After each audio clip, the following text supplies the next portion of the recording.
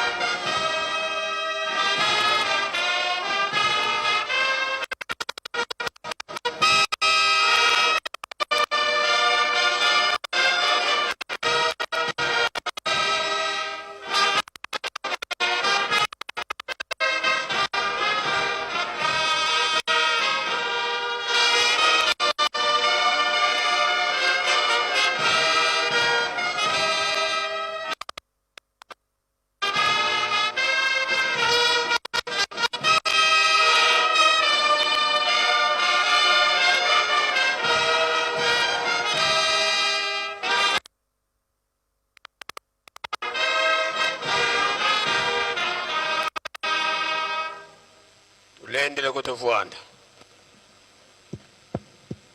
sedeto wanzambi to tata mwanda velela beto bana bakutukolombela bakafulu watusikidikisa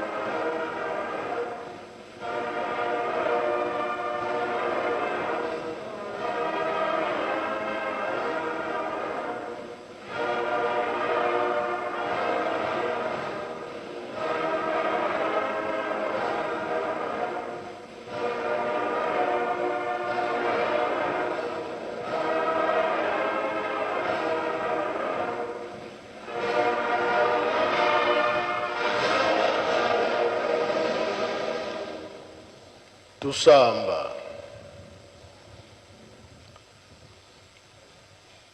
ensamu za mfumu wetu Yesu Kristo yezola kwa nzambi wa siditu ye untwali ya mwanda velela bika wakalanga yetu tuka kwa yelevu se mwane mwanda velela amen.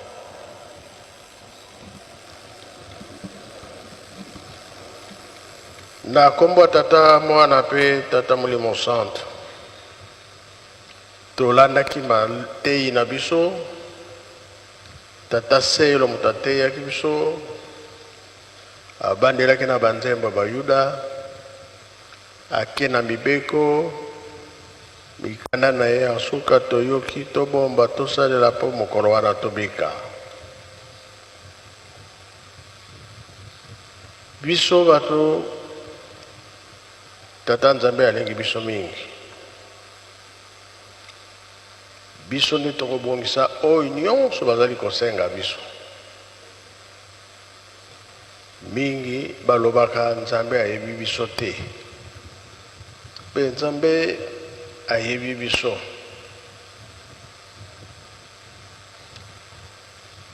ndenge bazwi nzembo bayembi banzembo misato koyemba ezali kobondela mbala mibale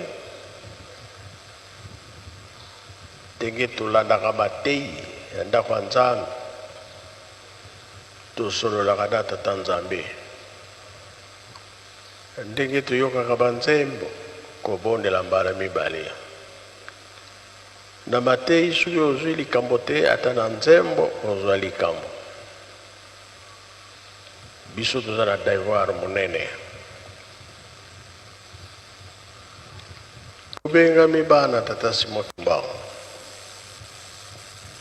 tozaki na batata balakisi biso makambo ebele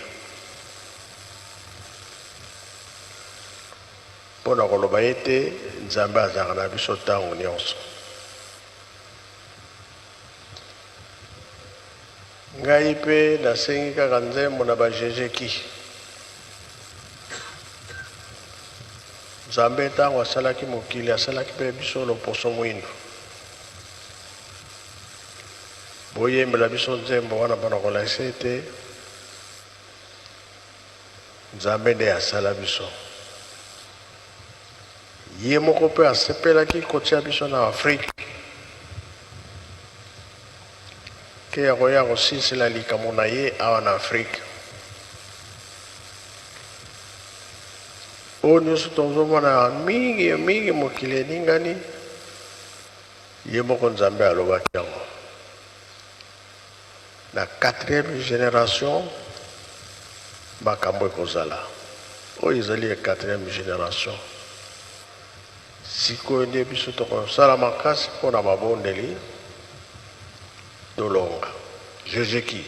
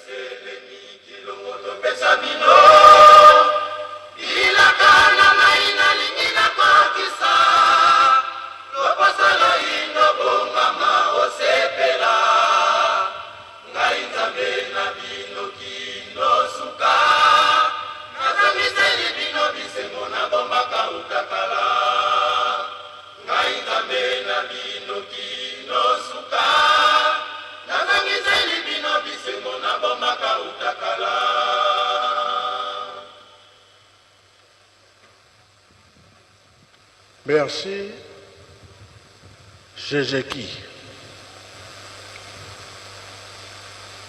Oyo babombela biso Nzambe alingi alakisa ngo. Me bazoli kotalela biso. Est-ce que tozali bana botosi? Est-ce que biso tozosalela makambo nyonso bazotinda biso? Baproblème na baproblème solution ezalaka te. Papa Mfumbano, Papa de Angenza aza koloba mingi. Loposo mwindo euta wapi?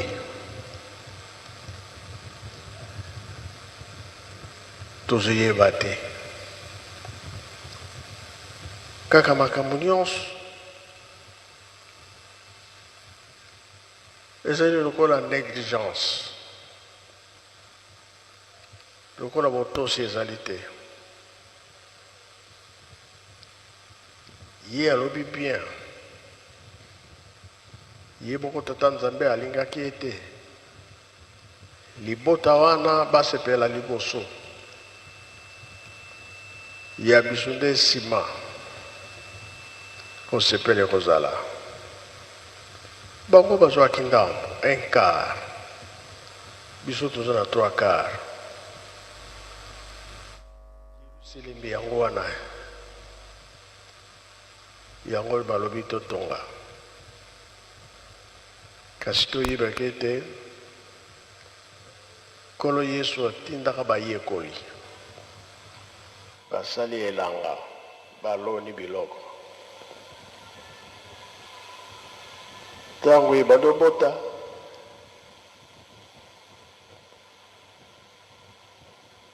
bamoni ke ya mabe mpe ezali, bake koyebisa Nkolo Yesu tala bilanga otindi biso, Satana mpe aloni oyo ya mabe, sikoyo tokosala ndenge. Nkolo Yesu alobi kaka nyonso ekola esika moko, nsima nde tokolongola ngo. 4e génération eningisi bato. Na ya mabe tozali, ya malamu mpe tozali, nini ekolanda?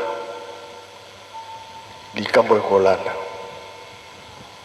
Yango bazoteya biso totika mabe tosala malamu mpo tobika. Nzembo elobi bien.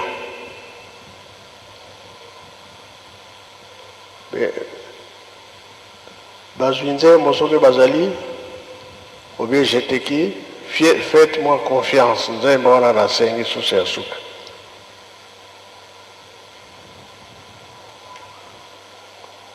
Jeteki ayemba na ye, faites-moi confiance.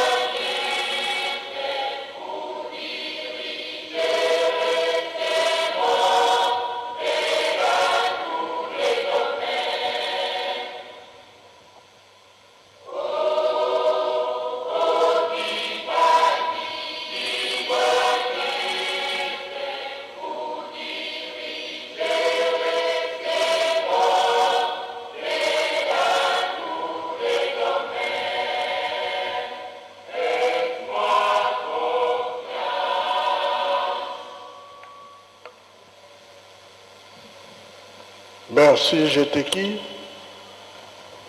Dolani Nzembo. Toyebi mboka Lutendele.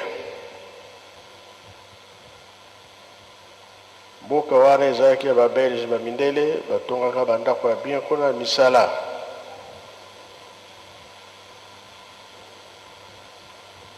Bazwaka tata moko papa Mialembo ya Brazzaville. Mindele wana bakei batikelaki mboka ngo na baboko na ye koma mpe ya ye. Bayebanaka na papa Mfumalongo na 58. Misala pe papa ti misala kuna.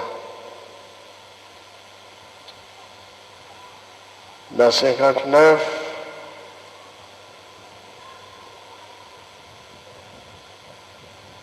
Tata Mbebeza. Ye mutazalaka serke ya papa Kimao.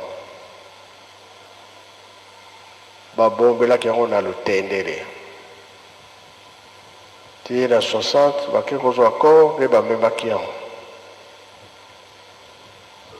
Tata wana presque apesaki parti mingi na papa.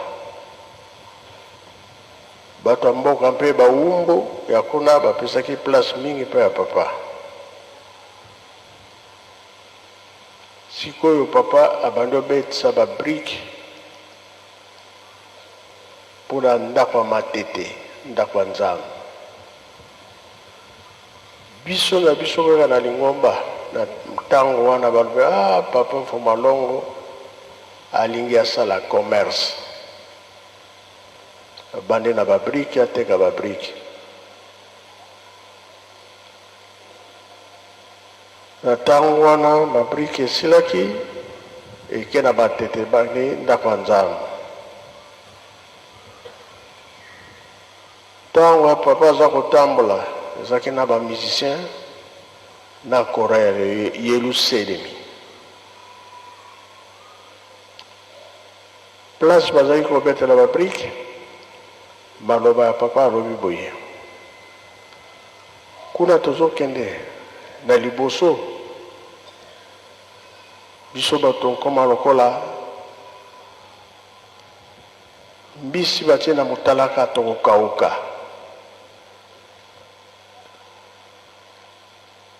Tala likambo eloba mingi na 64 tozomona ngo sikoyo biso bato tokomi na pasi tozokoka lisusu te ya kokauka. Me Nzambe si alobaki yango. Sikoyo ntango na biso tolobi nini? 88 alobi tobanda kosambela mingi pasi ezali koya. Apesaka libonda le 6 avril na 76 ti lelo makambo ye kaka makasi biso bakimbangisi tolobi nini?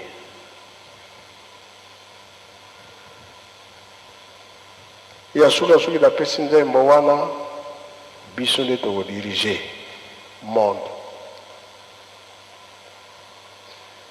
Kasi makambo na be etondi na biso oyokani eza lisusu te. Makambo ya mabe biso na biso tozosalana. Soki topesi retard biso moko. Balobaka retard makiambi mpona korekipere ntango molai lisusu pa sacrifice ebele ya kosala mpo toreprendre esika ya malamu ezali. Yango toboyi batrouble, toliboyi makambo mabe, tozala na boyokani, tosala misala. Nzambe soki asepeli tozwi mapamboli. Tosilisi na komba Tata Mwana mpe Tata Molimo Santo. Amen. Ika twakubike na moko twato musu tutambuli kwa Tata Nzambi. Munkumbwa se mwane Tata Mwanda velela. Munkumbwa se ye mwana ye Tata Mwanda velela.